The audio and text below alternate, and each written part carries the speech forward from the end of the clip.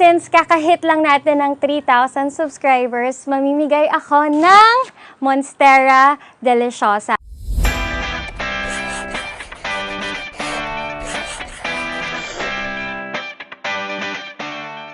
Hey guys, it's me again, Anne Christine, and welcome back to another plant vlog.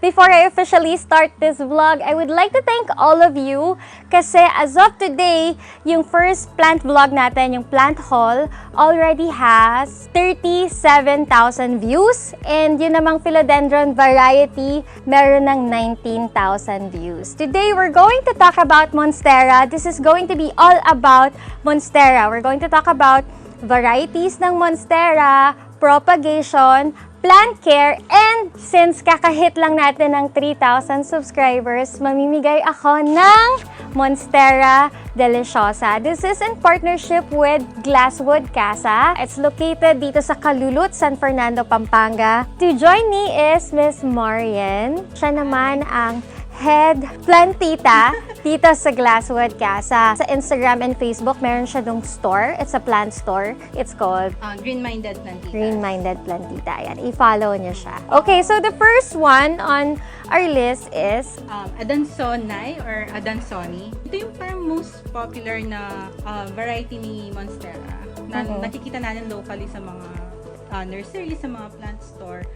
So, yung distinct feature niya is yung butas-butas. So, ito yung local version, then ito yung Holland. So makikita niyo talaga may pagkakaiba si local and si Holland, no? Sa color and sa texture din. What about sa price range? Nagkakalayo ba yung price ni local na Adansonii at ni Holland na Adansonii? Yes. Holland, kailangan pa niya ng plant passport. Magkano to? Pwede bang sabihin sa amin? Actually, range yan siguro mga 3,000 to 5,000. 3,000 to 5,000 si Adansonii from Holland. And what about the local one? The local one, siguro mga 3 or 2 leaves, mga 350 to 500 pesos. So, binibilang talaga yung mga leaves, no? Yung ganito, gano'n nakatanda to? Isa yan sa mga first plants ko. So, nasa 2018 pa. 2 years old na siya. Kasi kapag baby pa lang yung ganito, wala pa siyang butas. Tama ba? Yes. It's the Monstera Peru. So, trailing siya. And makikita niyo, wala siya. Unlike yung ibang Monstera. Meron, di ba may mga slits sila. Yan, kahit tumanda siya, wala. Or magbubushi lang siya. Tapos, akit lang. So, hindi lahat ng Monstera may slit or may holes. Yung mga ganito naman, nagre-range from? Actually, ngayon lang naman nagmahal yung mga halaman eh. Pero yan, mga 2 leaves, mga nasa 400 to 500. Before, pero ngayon, mas nagtataas na siya. Nasa mga 600 to 1,000. Ayan, trailing siya. Medyo mukha siyang photos. Like, kunwari ako makita ko to sa garden, mapagkakamalan ko siyang, kung hindi photos, philodendron. Pero sabi mo, magkakapamilya sila. Magpipinsan siguro sila. And ang gaganda nga naman ng family nila. Monstera Standleyana or Standleyana. Iba-iba kasi yung mga pronunciation nila. Thai variety. Diyan sa Thailand, tissue cultured. Hindi nila sinasabi kung ano yung exact na process ng tissue culture. Pero, yun nga, kinukulture nila para mas dumami sila. Imbes na mag-poach sila or kumuha sa bundok. This one also, wala siyang butas and slits. Even kahit tumanda na siya. And it's also trailing. Yes. Oh, Actually, okay. lahat naman ng Monstera, trailing sila. How much yung niya, price range? Nasa from 1.5 to 2.5. 1.5 to 2.5. So, I think may mga nagko-compare na sa inyo sa mga bahay-bahay na parang mura naman nun. Yung nagbenta sa akin naman, sir, ang mahal. So, bilhin na kayo kay Green-Minded Plantita. Monstera Pinnatipartita. Pinnatipartita. Anong tawag mo dun sa mga batang Monstera? Juvenile. Okay, so wala pa siyang butas. Later on, magkakabutas siya. Yes, magkakaslit. Para lang may idea sila, ilang taon na to? Yan, bata pa yan. 3 months? So, ilang months bago lumitaw yung slit? Depende. Depende sa halaman yung pagmamature niya, no? Parang tao din pala. Iba yung pagmamature. Oo. Anong price range nito? Yan, nasa 1,000 to 2,000. 1,000 to 2,000 yung bata. The next ones naman are cuttings. That's the Monstera Lechleriana. And this one is the Monstera El Salvador. Let's talk about Lechleriana. Actually yan, galing siya sa adult Adult na to. Oo. Kasi nakikita ko nga meron na siyang 3 butas. Yeah. Kinat lang sila para ma-propagate. Yeah. Tapos ito din. Actually, galing din siya sa Adult na. El Salvador. Mamaya, papakita din namin kung paano mag-propagate. Ayan. So, ma-understand nyo kung bakit may cuttings na ganito na tig-isa-isa lang na dahon. This one is big, no? Kumpara to sa mga pinakita natin kanina. What's this? This is Monstera Adansonii, or variety niya is Laniata. Gano'n na to katagal sa'yo? Ito, matanda na to. Oo. Siguro mga 5. Ito naman, how much yung magre-range yung kung ganito Kalaki. kalabong Mm. si Monstera Laniata? Siguro mga nasa 4,000 to 6,000. 4 to 6,000. I think ito yung pinakasikat na Monstera. Ito rin actually yung pinakauna kong nakilala na Monstera. Monstera Deliciosa, and then its other variety, which is the Thai Constellation Monstera. I think ito yung favorite din, no? Kasi it's very yes. pretty. Tropical. Meron siya nung dalawang hinahanap ng tao eh. Or actually, 3. Lush siya, number 1. Number 2, may mga slit siya dito. And then number 3, may mga butas-butas siya. So, etong ganito kalaking Monstera, magkano na kaya ito ngayon? Sa 10,000. Nasa 10,000 na yung ganito kalaki. Wow! Kaya pala medyo nagiging status symbol na yung Yes. plants. And kung curious kayo guys, ito siya. Pag bata pa lang siya, ayun, wala pa siyang slit and holes. Tapos yung mas bata pa, ito. Galing siya seedlings.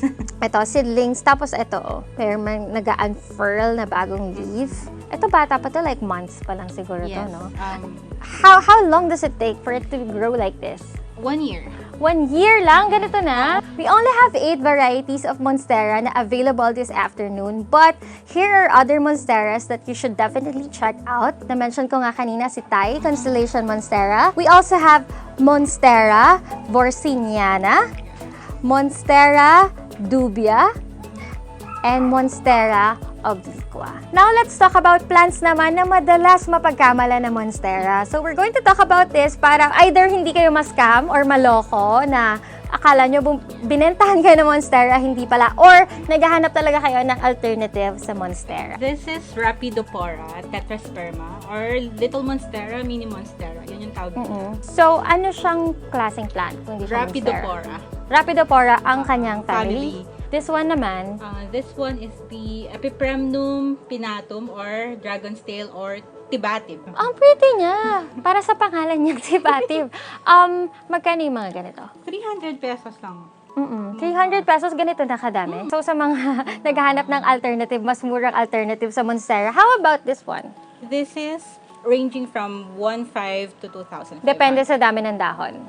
So, medyo may price din pala to. Ito naman, siguro bibilin ko to kung gusto ko ng small na pang kwarto, ang cute-cute, or Maganda yan, work alam desk. mo, i-trail mo lang siya pataas. Oo, tapos ganito pa rin siya kaliliit talaga. Ito na yung pinaka malaking version ito ng na. dahon niya. Ay, okay. I Dito like pwede siya. it. Paano ba inaalagaan si Monstera?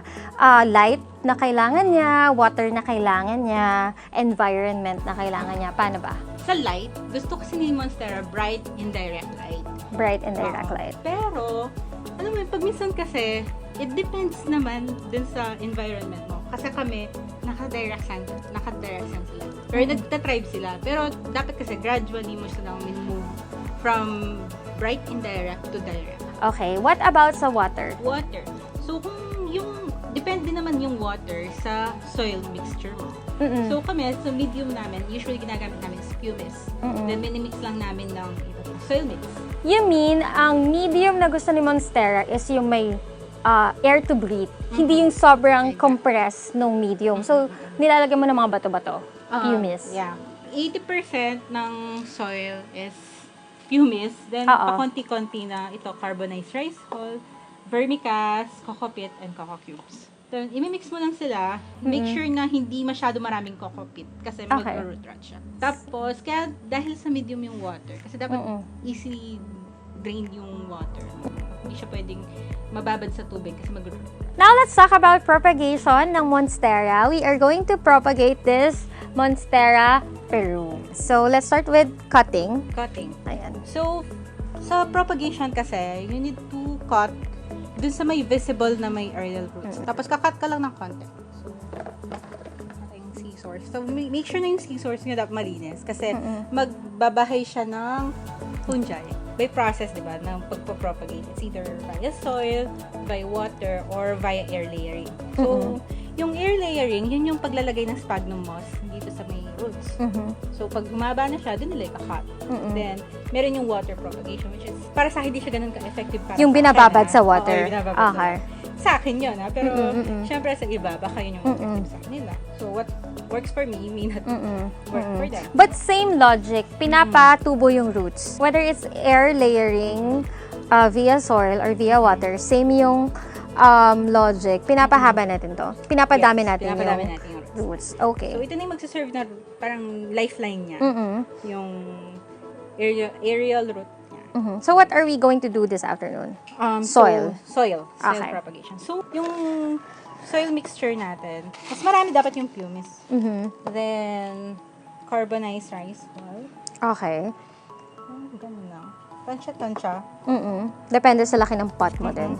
Then, konting-konting vermicast lang. Kasi baby pa siya. So, ayaw natin siyang ma-overload ng fertilizer. Okay. Kasi mamamatay siya. Then, to maintain the moisture, bigyan natin siya ng coco peat.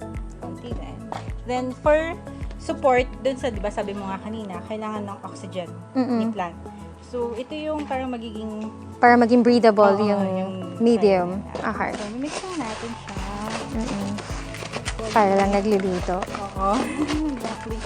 Nalagyan natin siya. So, yun. So, make sure na yung pot pala natin is meron siyang butas. Kasi pag hindi siya... Para ma-drain yung water. Okay. Mag-rot lang yung gagawin natin. Hanggang dun sa line yung pot.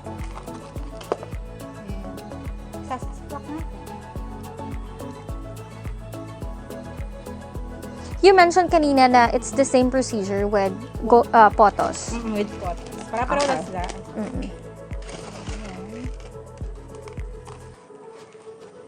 So, okay na siya.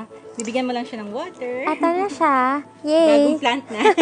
Now it's time for our giveaway as a way of saying thank you. Dahil na-hit natin yung 3,000 subscriber milestone, I am giving away a Monstera Deliciosa. Pero guys, syempre, huwag kayong mag-expect na ito yung ipamimigay. Baby, yung ibibigay natin, this is the exact plant na ipamimigay natin. So, ang bonus naman dito is the joy of seeing it grow. Makikita nyo talaga siya mag-grow through the months and years. Napakadali ng mechanics. All you have to do is to subscribe to my channel, like this video, like Green-Minded Plantita on Facebook, follow Glasswood Casa on Instagram, and comment down below para makonsolidate namin lahat ng entries. I will be announcing the winners on December 12. Ayan, 12/12. Marami pa kayong days para mag-join sa giveaway. Magjo-join lang kayo ng giveaway, guys, if you are willing to pick it up dito sa Glasswood Casa or have it delivered, and of course, yung expense will be shouldered by you to your location. Thank you so much, guys, for watching. I hope you enjoyed this Monstera episode. Please watch out for my next plant vlogs pa. See you in the next one. Bye!